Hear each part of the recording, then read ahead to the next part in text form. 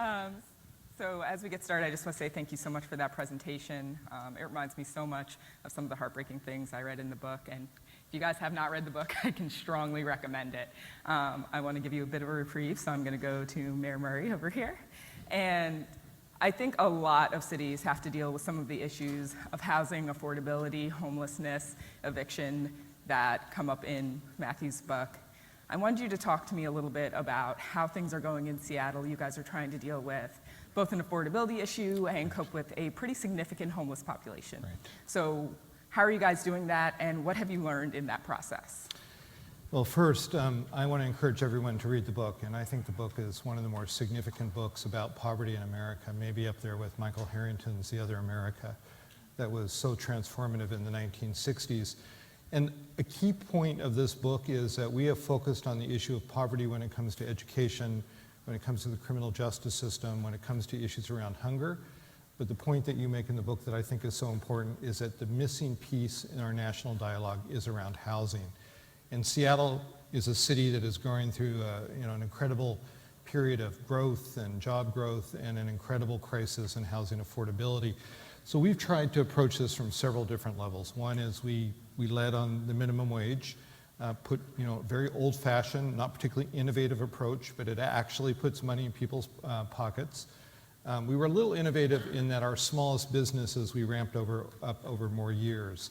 Then small things like we had a utility discount program, but it was 5 different departments and 3 different criteria.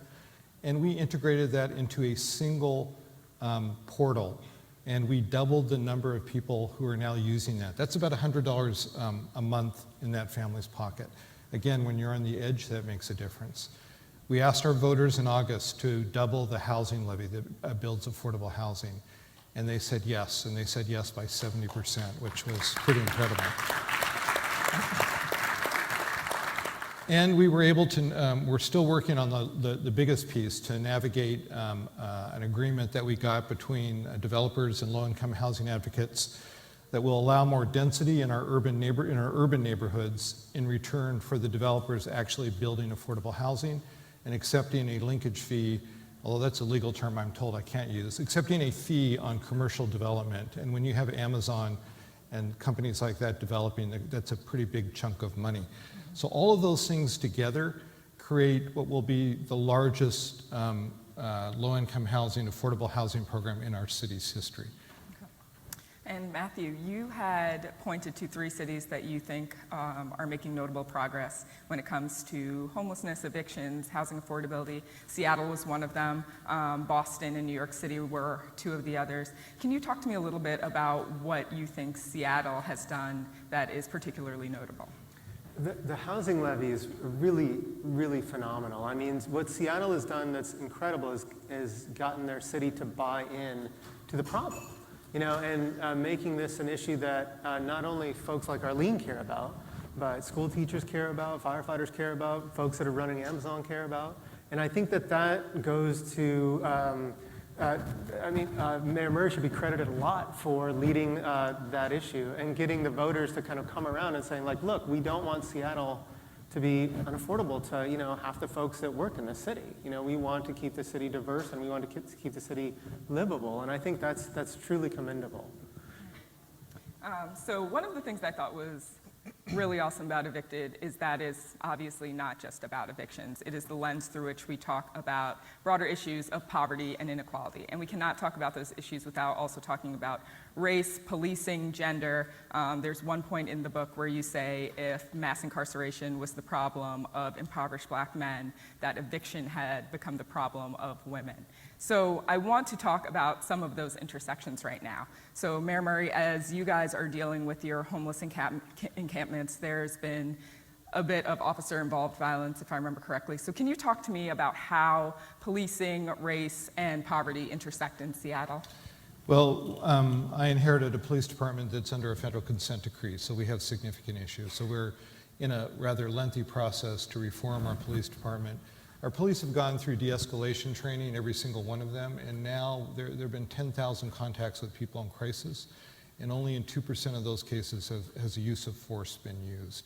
And again, when you're dealing with the issue of homelessness in police, Seattle is a city where 6% of the people are African American, but 30% of the homeless are African American. The issue of race and homelessness has not fully been, had the light shined on it yet. So our ability to have a police force that can deal with people in crisis, particularly folks who are mentally ill or addicted in the homeless encampments, becomes key to sort of de-escalating the situation and allowing us to get in there and work with people. Right. And Matt, I just want to ask you, what are some of the similarities and differences that you see between Milwaukee and a city like Seattle? Seattle's a hot market, Milwaukee's not. And so, you know, Seattle, I think the rents increase in Seattle about 8% every year, something like that. It's one of the steepest increases that we see in the nation. And Milwaukee's a city with double-digit vacancy rates. It's still a city that is unaffordable to a lot of folks that live in it. And so I think that what that means for us is going forward is what works in Seattle is not going to work that great in Milwaukee. You know, what Detroit needs, Boston doesn't. And our cities have different challenges and different gifts. And so I think that our public policy has to take that into account as well. Right. And one of the things that comes up a lot in your research on Milwaukee is the stark differences between poverty in the Black communities and poverty in the white communities. We've been, at least at The Atlantic, we've been talking a lot about white poverty, especially in the lens of this election of late. And I'm wondering if you have any insight or context about white poverty and the rise of Trump among some of the poorer white communities in America. Does that make sense to you? I always I'd always kind of punt when I'm asked to answer a research question that I think goes a little off what I've studied directly. So I'm gonna pass the baton here. Yeah. No, go ahead. Fair enough, fair enough. So there is a debate over best practices between things like rapid rehousing and longer-term housing solutions. So can you talk to us about what the best practices that you guys are putting into place in Seattle are and how you are evaluating those? Yes, let me just make a comment about the last question. You know, every county in this country has an affordability crisis. Our rural counties, not just our hot city, but our rural counties have an affordability crisis. So there's, again, a larger discussion that we have to have around housing and the role of the federal government. Having made that pitch, getting to your question, let me use our homeless situation. We spent some time looking at what we did. We had outside experts come in, and we learned that basically we were doing the absolute wrong thing. We were focused on shelters and getting people basically off the street to the extent that's possible. And we were not focused on actually the client, the homeless person. So we'd spent 10 years funding agencies. We'd never done competitive bidding. We'd never done outcome contracting. And so we are going back now, and we're going through that process. Because we now know for a lot of folks, housing alone is not going to be enough. It needs to be housing with services, and that's the best practice. I think your book points out for a family, maybe the most important thing is housing before services. So again, it's focused on the client and away from providers. Now, as I said this a few days ago to folks here, stay tuned. This means we're a democratic city. We're evidently going to cut some agencies and fund other agencies' best practices. The politics of that will be very interesting to see how it plays out. Yeah. So as you guys are working towards these best practices and you guys have been working on handling the encampments, there's been some criticism about clearing out those encampments and whether or not enough housing exists, whether it be rapid rehousing or longer-term options for the people who were previously in those encampments. I wonder how you would respond to critics and what you are doing to address those needs. Sure, and for those of you who haven't been out in the West Coast recently, encampments of tents have just grown exponentially in our big cities and our suburban cities. And let me just talk about one area. It's called the Jungle. It's underneath I-5. There was a huge rate of crime. There was prostitution. There was human trafficking. There have been numerous murders. There were chop shops for bikes. We would go in there and we'd offer services. People wouldn't take the services. We'd go back again and again. And eventually, about the 400 people who were under there, 100 took services. The others we needed to move because the freeway was dangerous and the place was too dangerous. Now, that might sound like really bad numbers. Actually, that's the highest number of people who've ever taken services in an illegal homeless encampment in the city's history. So a best practice of going in, offering services, moving people from places that are absolutely the most dangerous part of the city because of the culture that has grown up. It's not a perfect solution, but basically we're trying not to move people unless we can offer them something. But we're also running into a problem in Seattle and Portland and San Francisco where people are not willing to take services. Matthew, I'm wondering if you can think of anything that you've come across in your research or in your work that would both serve as a way to get people to have higher uptake of services, but also what you think is the best practice bridge between homelessness and finding a solution to that kind of second tier of housing. I kind of always come back to this, I think these debates are really important and necessary, but the fact of the matter is any service, any kind of action when it comes to housing is only serving the lucky minority of poor folks, right? The unlucky majority are living completely unassisted, not getting anything. So let's have this conversation, let's have this debate, but let's not lose sight of the fact that, you know what, we're not serving most folks that need it. And so I think that for me, the good news is there are things that we have that work. It's not about the design, it's about the dosage. So we know that housing vouchers, these tickets that allow families to spend only 30% of their income on rent, live anywhere they want as long as their housing isn't too expensive or too shoddy, they fundamentally change the face of poverty. I don't know if any of your friends have ever got a voucher, but like when my friends have, it's like, thank you, Jesus. It's like this moment of breath. It lifts over 2 million people above the poverty line every year. When families finally receive a voucher after years and years and years on the waiting list, they do one consistent thing with their freed up income. They go to the grocery store with it. They buy more food, and their kids become stronger and healthier. I think that's the big picture for me. And I think that we've seen solid returns when it comes to offering housing first in cities like Salt Lake City and Utah generally, how we can address things like addiction and serious mental health issues in a way that's successful, cost efficient, and scalable by providing families a stable and affordable place to live. Now, how to provide those families with it will be different in a city like Seattle than it will in a city like Milwaukee, but we have the designs in place.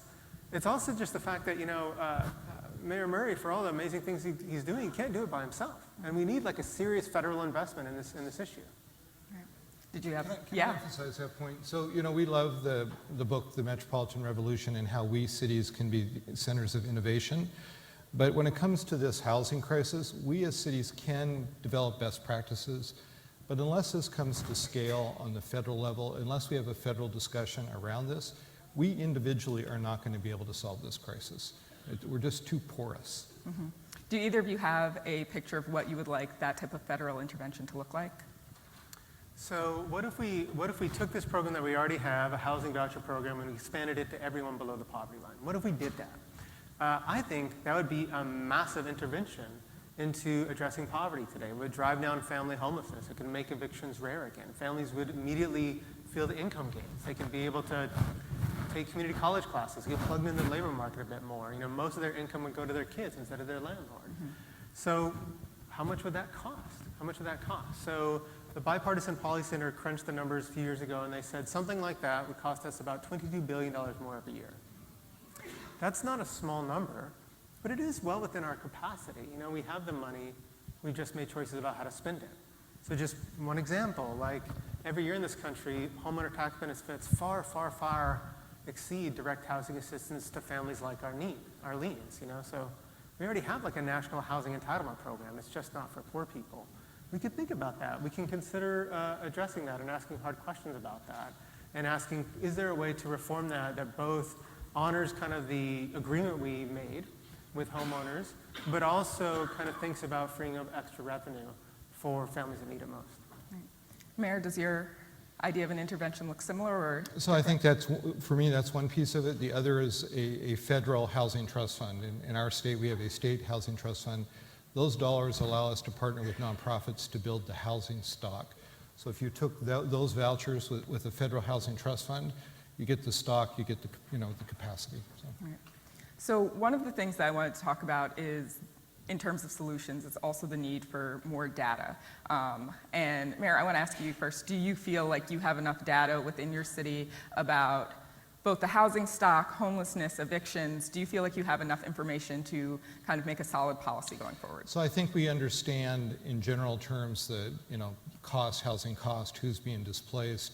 When it comes to the issue of who's being evicted, we actually don't have that data. And actually, Matthew's challenge to me has caused me to challenge the county that conducts evictions and has that data, for us to have more data. The other thing that West Coast cities lack is we truly don't understand who is homeless and why they're homeless. And there's a pretty big resistance from providers for us to get that information. So one of the things, again, going to best practice, as we fund agencies, we're going to ask them, so we're going to require them to start collecting that data. So to some extent, we're flying a little blind, to quote one of my fellow West Coast mayors, who I will not mention by name. So Matthew, can you elaborate a little bit? So you have been pushing for more data to create better solutions. How widespread is the lack of data issue? And then also, do you have recommendations for it? Yeah.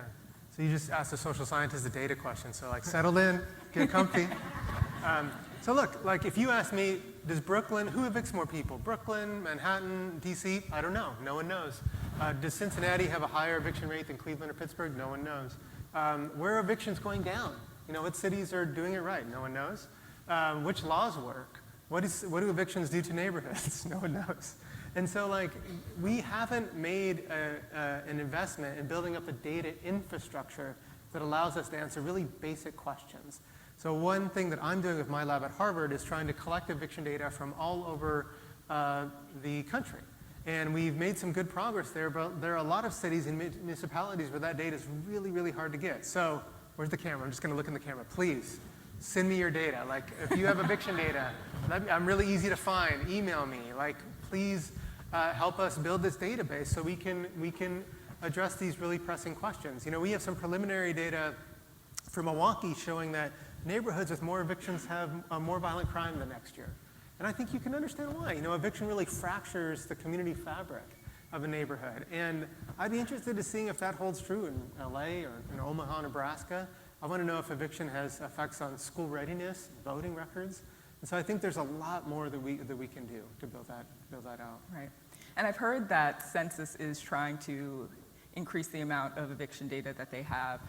Are you working with them on that? Yeah. So the Census, bless their hearts, they took the entire eviction module that we developed in Milwaukee and they put it right in the American Housing Survey, the whole thing, which is a big deal from a nerd standpoint. And so in a few years, we're going to have a lot better data on informal evictions and other evictions that aren't processed through the courts. Okay. Yeah. Well, great. I definitely look forward to that.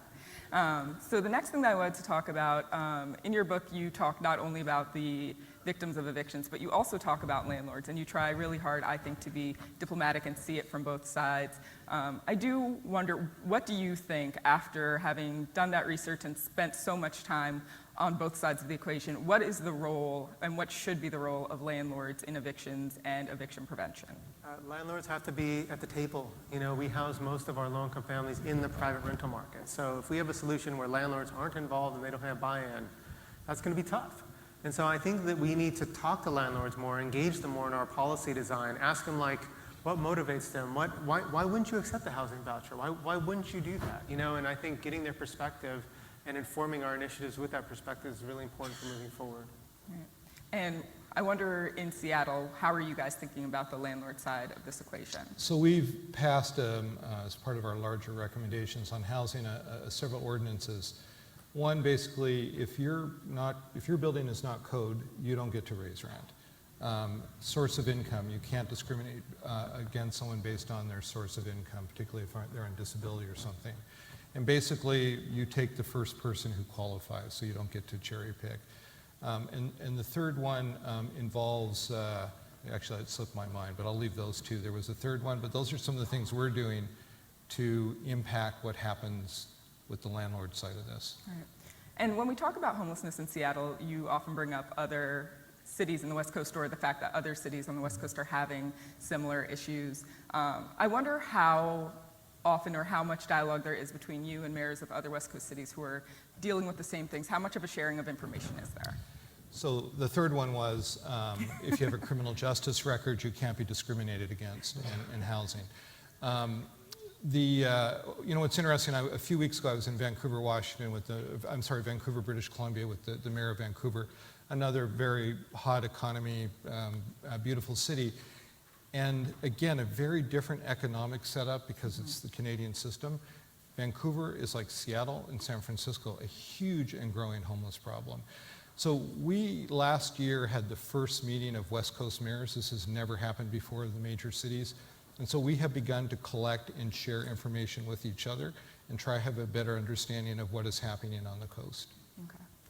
And Matthew, I wonder, do you have a sense, in my world it seems like issues of housing affordability and evictions and homelessness are coming to top of mind now, that it's a thing that most cities cannot ignore. Yeah. How are you seeing that play out? I think that we're building a coalition around these issues that we haven't had in a long, long time.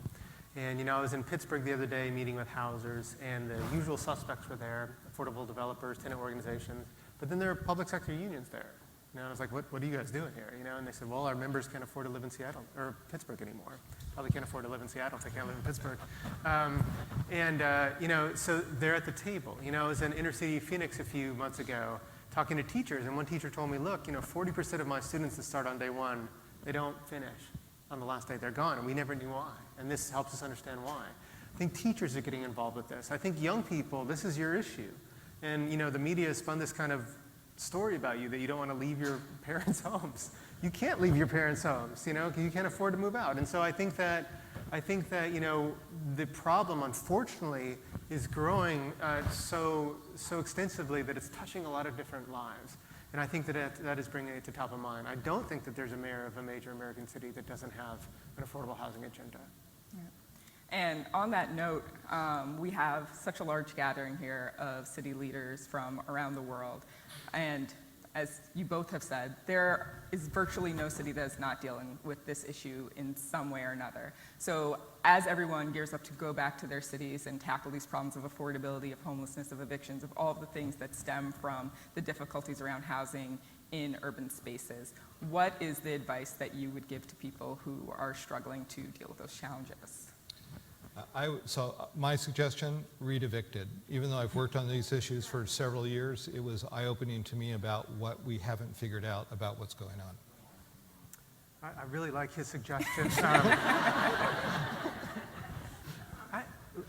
I think we need narrative change around housing. I think housing needs to be seen as a new platform for economic mobility and social well-being. And so I think in the housing world a lot, we've been content with Band-Aid fixes, and we're bleeding out. We're bleeding out. And I think that we just need to keep talking about this issue, keep raising that issue, keep asking, where's the housing platform with respect to any anti-poverty effort? If we don't address housing, any kind of solution and initiative to improve our communities and to give people a leg up are going to be diluted. And so I think just talking about that and changing the narrative about housing will increase the public will, and I think that will translate into things like broader initiatives and bold political action. Well, I can't thank both of you enough for being here with us. This was an amazing conversation. I hope it gave you guys all a lot to think about. It certainly gave me a lot to think about. So thank you. Thank you. Thanks, Gillian.